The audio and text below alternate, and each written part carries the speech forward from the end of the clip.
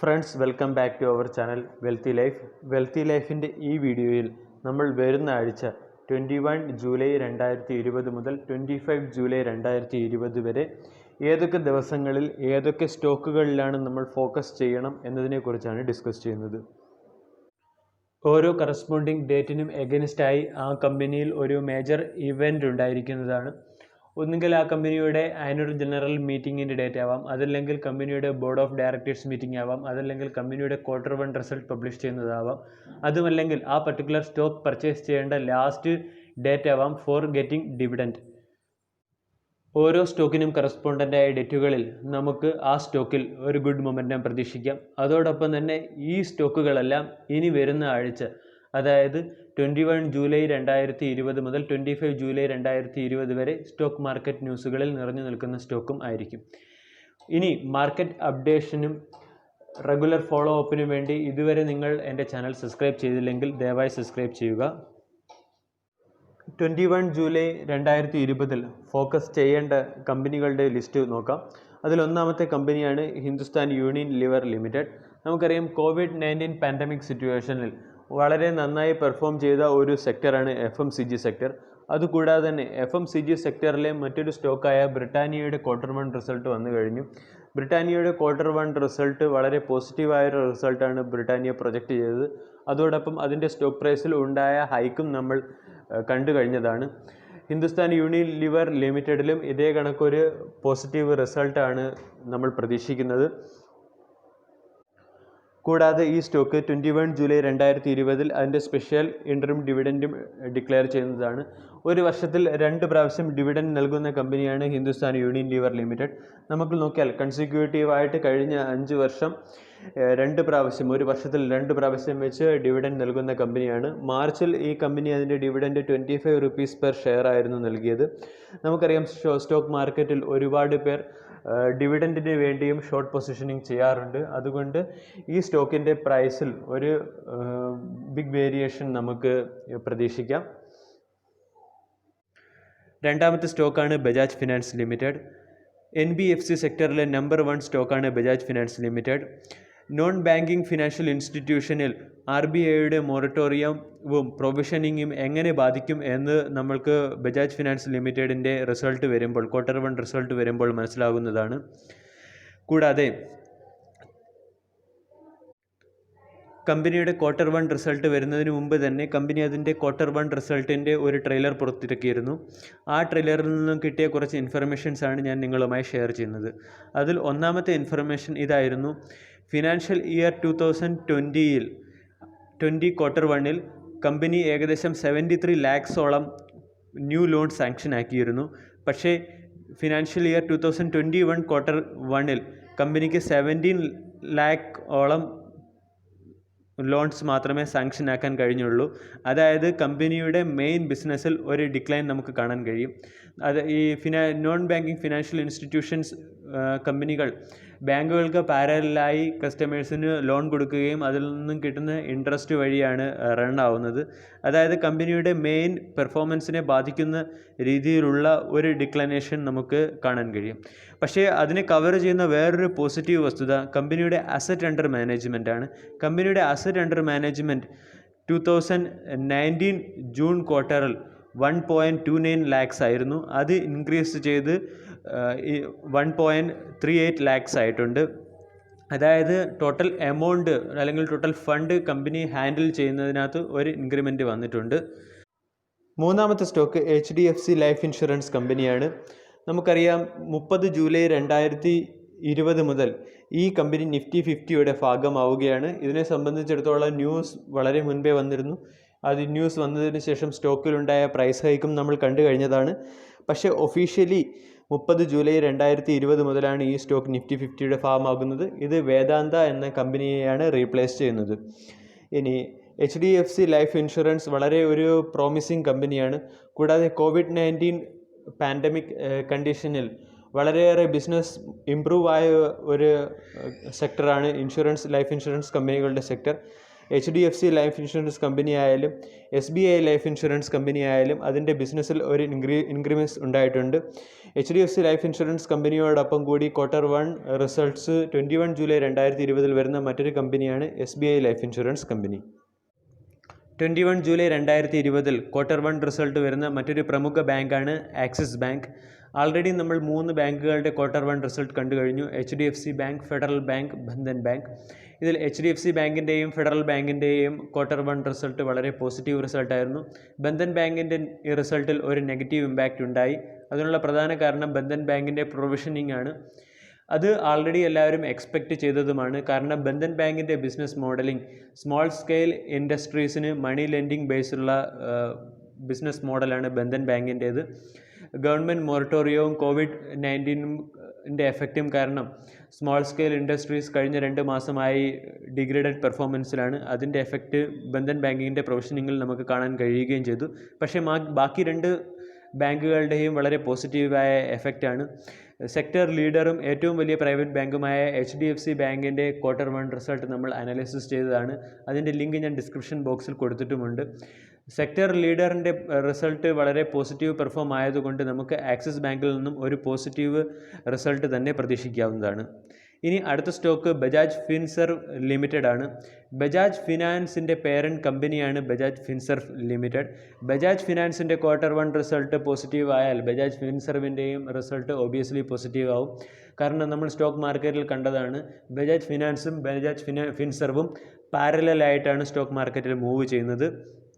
അതുകൊണ്ട് ബജാജ് ഫിനാൻസ് ലിമിറ്റഡിൻ്റെ റിസൾട്ടിനെ ടോട്ടലി ഡിപ്പെൻഡ് ചെയ്തിരിക്കും ബജാജ് ഫിൻസർവിൻ്റെ ഫ്യൂച്ചറും. 21 ജൂലൈ 2020 റിസൾട്ട് വരുന്ന മറ്റ് 2 കമ്പനികളാണ് പോളിക്യാബ് ഇന്ത്യ ലിമിറ്റഡും ICICI പ്രൊഡൻഷ്യൽ ലൈഫ് ഇൻഷുറൻസ് കമ്പനിയും. 3 ലൈഫ് ഇൻഷുറൻസ് കമ്പനി, അതായത് ICICI, SBI, HDFC 3 life insurance കമ്പനികളുടെയും Q1 റിസൾട്ട് ഒരു ദിവസമാണ് വരുന്നത്. 3 കമ്പനികളുടെയും അനാലിസിസിന് പറ്റിയ ഒരു ഗോൾഡൻ ചാൻസ് ആണ് 21 ജൂലൈ 2020.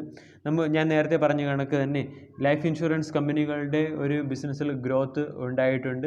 അതുകൊണ്ട് ICICI പ്രൊഡൻഷ്യൽ ലൈഫ് ഇൻഷുറൻസ് കമ്പനിയിലും നമുക്കൊരു പോസിറ്റീവ് ക്വാർട്ടർലി റിസൾട്ട് പ്രതീക്ഷിക്കാവുന്നതാണ്. ഇനി നമുക്ക് 22 ജൂലൈ 2020 ഫോക്കസ് ചെയ്യേണ്ട സ്റ്റോക്കുകൾ ഏതൊക്കെയെന്ന് നോക്കാം. അതിൽ ഒന്നാമത്തെ സ്റ്റോക്കാണ് Larsen and turbo limited. $21 billion revenue ഉള്ള ഒരു മൾട്ടിനാഷണൽ ഇന്ത്യൻ കമ്പനിയാണ് L&T. L&T നമുക്കറിയാം വളരെ ഫേമസ് കൺസ്ട്രക്ഷൻ വർക്കിലാണ്. അതോടൊപ്പം തന്നെ ഇത് technology, financial service, manufacturing sector എന്നിവയിലും വർക്കാവുന്ന ഒരു കമ്പനിയാണ്. ഇത് ഏകദേശം 30ഓളം കൺട്രികളിൽ ഓപ്പറേറ്റ് ചെയ്യുന്നുണ്ട്. റീസെൻ്റ്ലി L&T അതിൻ്റെ ഭാരത്മാല പ്രോഗ്രാമിൽ പാർട്ടിസിപ്പേറ്റ് ആയി. അതുവഴി ന്യൂസിൽ വന്നായിരുന്നു. ഈ കമ്പനി ഇപ്പോൾ ഡൽഹി വഡോദര എക്സ്പ്രസ് വേയുടെ ഒരു കോൺട്രാക്റ്റ് എടുത്തിട്ടുണ്ട്. ഈ എക്സ്പ്രസ് വേ കംപ്ലീറ്റ് ആയാൽ ഇത് ഇന്ത്യയുടെ നാഷണൽ ഹൈവേ അതോറിറ്റി ഓഫ് ഇന്ത്യയുടെ അണ്ടറിലുള്ള ഏറ്റവും വലിയ ഹൈവേ പ്രോജക്റ്റാണ് L&Tക്ക് ഇപ്പോൾ കോൺട്രാക്റ്റായി ലഭിച്ചിരിക്കുന്നത്. L&Tയെ കൂടാതെ തന്നെ 22 ജൂലൈ 2020 Q1 റിസൾട്ട് വരുന്ന മറ്റ് 2 കമ്പനികളാണ് ബജാജ് ഓട്ടോ ലിമിറ്റഡും ബജാജ് ഹോൾഡിംഗ് ആൻഡ് ഇൻവെസ്റ്റ്മെൻറ്റ് ലിമിറ്റഡും. ബജാജ് ഗ്രൂപ്പിൻ്റെ വളരെ പ്രോമിനൻ്റ് ആയ കമ്പനികളാണ് Bajaj auto, Bajaj holding and investment, Bajaj finance and Bajaj ഇൻസർഫ്. ഇതിനെല്ലാം ബജാജ് ഗ്രൂപ്പ് എന്നാണ് അറിയപ്പെടുന്നത്. ഇനി ബജാജ് ഓട്ടോ ഒരു പ്രോമിസിങ് സ്റ്റോക്കാണ്. കാരണം ഓട്ടോ സെക്ടറിലെ വെൽ പെർഫോമിംഗ് ആയ ആകെ 2 സ്റ്റോക്കുകൾ മാത്രമേ ഉള്ളൂ. അതിലൊന്ന് മാരുതിയും രണ്ടാമത്തത് ബജാജ് ഓട്ടോയുമാണ്. ബജാജ് ഓട്ടോയുടെ Q1 റിസൾട്ട് വരുന്നത് കൂടി നമുക്ക് അതിനെ ഒരു ഓട്ടോ സെക്ടറിൻ്റെ ഒരു കംപ്ലീറ്റ് Q1 റിസൾട്ട് എങ്ങനെയായിരിക്കും എന്നതിൻ്റെ ഒരു എക്സാമ്പിൾ കൂടി ബജാജ് ഓട്ടോയുടെ Q1 റിസൾട്ടിനെ കൺസിഡർ ചെയ്യാം. രണ്ടാമത്തത് Bajaj holding and investment limited. ഇത് HDFCക്ക് പാരലായിട്ടുള്ള ഒരു ബജാജിൻ്റെ ഇൻസ്റ്റിറ്റ്യൂഷനാണ്. ഇതൊരു NBFC കമ്പനിയാണ്. ഈ കമ്പനി റൺ ചെയ്യുന്നത് അതിൻ്റെ ഡിവിഡൻഡ്, ഗെയിൻസ്, ഇൻട്രസ്റ്റ് തുടങ്ങിയ അതിൻ്റെതായ ഇൻവെസ്റ്റ്മെൻറ്റ് വഴിയാണ്. ഈ കമ്പനിയുടെയും Q1 റിസൾട്ട്സ് 22 ജൂലൈ 2020 വരുന്നുണ്ട്. 23 ജൂലൈ 2020 Q1 റിസൾട്ട് വരുന്ന ഒരു പ്രധാന കമ്പനിയാണ് HDFC AMC. HDFC AMC, HDFC ഗ്രൂപ്പിൻ്റെ മ്യൂച്വൽ ഫണ്ട്, അസറ്റ് മാനേജ്മെൻറ്റ് തുടങ്ങിയവ നിർവഹിക്കുന്നു. HDFC ഗ്രൂപ്പിൻ്റെ ഏറ്റവും എഫിഷ്യൻ്റായ ഒരു മാനേജ്മെൻറ്റും നല്ലൊരു ബിസിനസ് പ്ലാനുമുള്ള സ്റ്റോക്കാണ് HDFC AMC. ഉറപ്പായിട്ടും നിഫ്റ്റി 50-ൽ എത്താൻ കാലിബർ ഉള്ള ഈ സ്റ്റോക്ക് ഇപ്പോഴും അതിൻ്റെ ബൈയിങ് ലെവലാണ്. HDFC AMCയെ കുറിച്ചുള്ള ഒരു സ്റ്റോക്ക് അനാലിസിസിൻ്റെ വീഡിയോ ഞാൻ ഡിസ്ക്രിപ്ഷൻ ബോക്സിൽ കൊടുക്കുന്നുണ്ട്. ഇനി നെക്സ്റ്റ് സ്റ്റോക്കാണ് Biocon. Anti diabetic drug production, അതോടൊപ്പം തന്നെ ഇൻസുലിൻ പ്രൊഡക്ഷനിലെ ഒരു ലീഡിംഗ് കമ്പനിയാണ് ബയോകോൺ.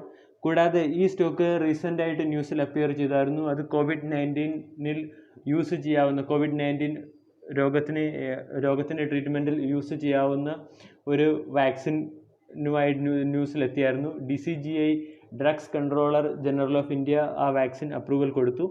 പക്ഷേ ആ വാക്സിൻ അതിനുശേഷം Indian council of medical research centre ആ വാക്സിനിൽ ഫർദർ മോർ ട്രയൽസ് റിക്വയർഡ് എന്ന കമൻറ്റുമായി എത്തി. അടുത്ത 23 ജൂലൈ 2020 Q1 റിസൾട്ട് വരുന്ന അടുത്തൊരു സ്റ്റോക്കാണ് റാഡിക്കോ ഖൈതാൻ ലിമിറ്റഡ്. ഇനി 24 ജൂലൈ 2020 Q1 റിസൾട്ട് വരുന്ന കമ്പനികൾ ഏതൊക്കെയെന്ന് നോക്കാം. അതിലെ ഒന്നാമത്തെ കമ്പനിയാണ് ITC ലിമിറ്റഡ്. FMCG സെക്ടറിലെ വളരെ ഫേമസ് ആയ കമ്പനിയും നിഫ്റ്റി 50-ൽ നല്ല വെയിറ്റേജ് ഉള്ളതുമായ ഒരു കമ്പനിയാണ് ITC ലിമിറ്റഡ്. രണ്ടാമത്തെ കമ്പനി ഏഷ്യൻ പെയിൻ്റ് ആണ്. പെയിൻറ് സെക്ടറിലെ ലീഡിംഗ് കമ്പനിയാണ് ഏഷ്യൻ പെയിൻറ്. മൂന്നാമത്തെ സ്റ്റോക്ക് JSW സ്റ്റീൽ ലിമിറ്റഡ് ആണ്, ജിൻഡാൽ സ്റ്റീൽ ലിമിറ്റഡ് ആണ്. നാലാമത്തെ സ്റ്റോക്ക് അംബുജ സിമെൻറ്റഡ്. അഞ്ചാമത്തെ stock Crompton Greaves and consumer ഇലക്ട്രിക്കൽസും. നാലാമത്തേത് കെമിക്കൽ ഇൻഡസ്ട്രിയിലെ വളരെ സ്ട്രോങ് ഫണ്ടമെൻ്റലുള്ള ഒരു സ്റ്റോക്കായ അതുൽ ലിമിറ്റഡ് ആണ്. 24 ജൂലൈ 20 ഒരു വളരെ ഇമ്പോർട്ടൻ്റ് ആയ ഡേറ്റ് ആണ്. കാരണം അവിടെ ഒരുപാട് നിഫ്റ്റി 50-ലെ തന്നെ ഒരുപാട് പ്രോമിനൻറ്റ് സ്റ്റോക്കുകളുടെ Q1 റിസൾട്ട് വരുന്ന ദിവസമാണ്. അന്നത്തെ ദിവസവും നമുക്ക് നിഫ്റ്റി 50-ൽ നല്ലൊരു മൂവ്മെൻറ്റ് എക്സ്പെക്റ്റ് ചെയ്യാൻ പറ്റും. അതോടൊപ്പം തന്നെ ഈ പറഞ്ഞ സ്റ്റോക്കുകളിലും അതിൻ്റെ പോസിറ്റീവ് എഫക്റ്റാണ്. Q1 റിസൾട്ടിൽ പോസിറ്റീവ് ന്യൂസാണ് വരുന്നതെങ്കിൽ സ്റ്റോക്കുകളുടെ പ്രൈസിലൊരു ഹൈക്കും, അഥവാ ലോസ് ആണ് വരുന്നതെങ്കിൽ സ്റ്റോക്കുകളുടെ പ്രൈസിലൊരു ഫോളും നമുക്ക് കാണാൻ കഴിയും. 24 ജൂലൈ 20 ശ്രദ്ധിക്കേണ്ട മറ്റൊരു സ്റ്റോക്കാണ് ഗോദ്രേജ് അഗ്രോവേറ്റ് ലിമിറ്റഡ് എന്ന സ്റ്റോക്ക്. ഈ സ്റ്റോക്കിൽ ഡിവിഡൻഡ് പർപ്പസിന് വേണ്ടി സ്റ്റോക്ക് പർച്ചേസ് ചെയ്യുന്നവർക്കുള്ള ലാസ്റ്റ് ഡേറ്റ് ആണ് 24 ജൂലൈ 2020. അതിനുശേഷം ഈ സ്റ്റോക്കിൽ നിന്നുള്ള ഡിവിഡൻഡ് നമുക്ക് കിട്ടുന്നതായിരിക്കും. ഇനി നമുക്ക് 25 ജൂലൈ 2020 വരാം. 25 ജൂലൈ 2020 വളരെ പ്രൊമിനൻ്റ് ആയ രണ്ട് സ്റ്റോക്കുകളുടെ ക്വാർട്ടർലി റിസൾട്ടാണ് വരുന്നത്. അതിൽ ഒന്നാമത്തെ സ്റ്റോക്ക് ICICI ബാങ്ക് ആണ്. HDFC ബാങ്ക് കഴിഞ്ഞാൽ പ്രൈവറ്റ് സെക്ടറിലെ സെക്കൻഡ് ലീഡിംഗ് ബാങ്കാണ് ICICI ബാങ്ക്. ICICI ബാങ്കിൻ്റെ ക്വാർട്ടർലി റിസൾട്ട് നമുക്ക് 25 ജൂലൈ 2020 കാണാൻ കഴിയും. അതോടൊപ്പം തന്നെ പ്ലാസ്റ്റിക് ഇൻഡസ്ട്രീസിലെ നമ്പർ 1 സ്റ്റോക്കായ സുപ്രീം ഇൻഡസ്ട്രിയുടെയും Q1 റിസൾട്ട് നമുക്ക് 25 ജൂലൈ 2020 കാണാൻ കഴിയും. സാറ്റർഡേ ആണ്, അന്ന് സ്റ്റോക്ക് മാർക്കറ്റിൽ അതിൻ്റെ ഒരു ഇൻഫ്ലുവൻസ് മാർക്കറ്റിൽ നമുക്ക് കാണാൻ കഴിയില്ല. 28 ജൂലൈ 2020 ഈ സ്റ്റോക്കുകളുടെ റിസൾട്ട് നമുക്ക് മാർക്കറ്റിൽ റിഫ്ലക്റ്റ് ചെയ്യാൻ പറ്റും. അതോടൊപ്പം തന്നെ ഡിവിഡൻഡ് പോയിൻ്റ് ഓഫ് വ്യൂവിൽ രണ്ട് സ്റ്റോക്കുകളാണുള്ളത്. ഒന്ന് ഏഷ്യൻ പെയിൻറ്റും രണ്ടാമത്തേത് ടെക് മഹീന്ദ്ര ലിമിറ്റഡും. ഏഷ്യൻ പെയിൻറ്റിൽ നിന്നും ഡിവിഡൻഡ് ലഭിക്കാൻ വേണ്ടി ലാസ്റ്റ് സ്റ്റോക്ക് അഥവാ സ്റ്റോക്ക് പർച്ചേസ് ചെയ്യേണ്ട ലാസ്റ്റ് ഡേറ്റ് 25 ജൂലൈ 2020 ആണ്. അതേ കണക്ക് 25 ജൂലൈ 2020 ആണ്. കാരണം 25 ജൂലൈ 2020 മാർക്കറ്റ് ഉണ്ടായിരിക്കുന്നില്ല. അതുകൊണ്ട് 24 ജൂലൈ 2020 ഫ്രൈഡേ. അതോടൊപ്പം തന്നെ ടെക് മഹീന്ദ്ര ലിമിറ്റഡ് ഈ കമ്പനിയുടെയും ഡിവിഡൻഡ് ലഭിക്കുവാൻ വേണ്ടി സ്റ്റോക്ക് പർച്ചേസ് ചെയ്യേണ്ട ഡേറ്റ് 24 ജൂലൈ 2020 അതിൻ്റെ dividend declaration date 25 July 2020 video എല്ലാവർക്കും ഇഷ്ടമായി എന്ന് വിശ്വസിക്കുന്നു. Thank you.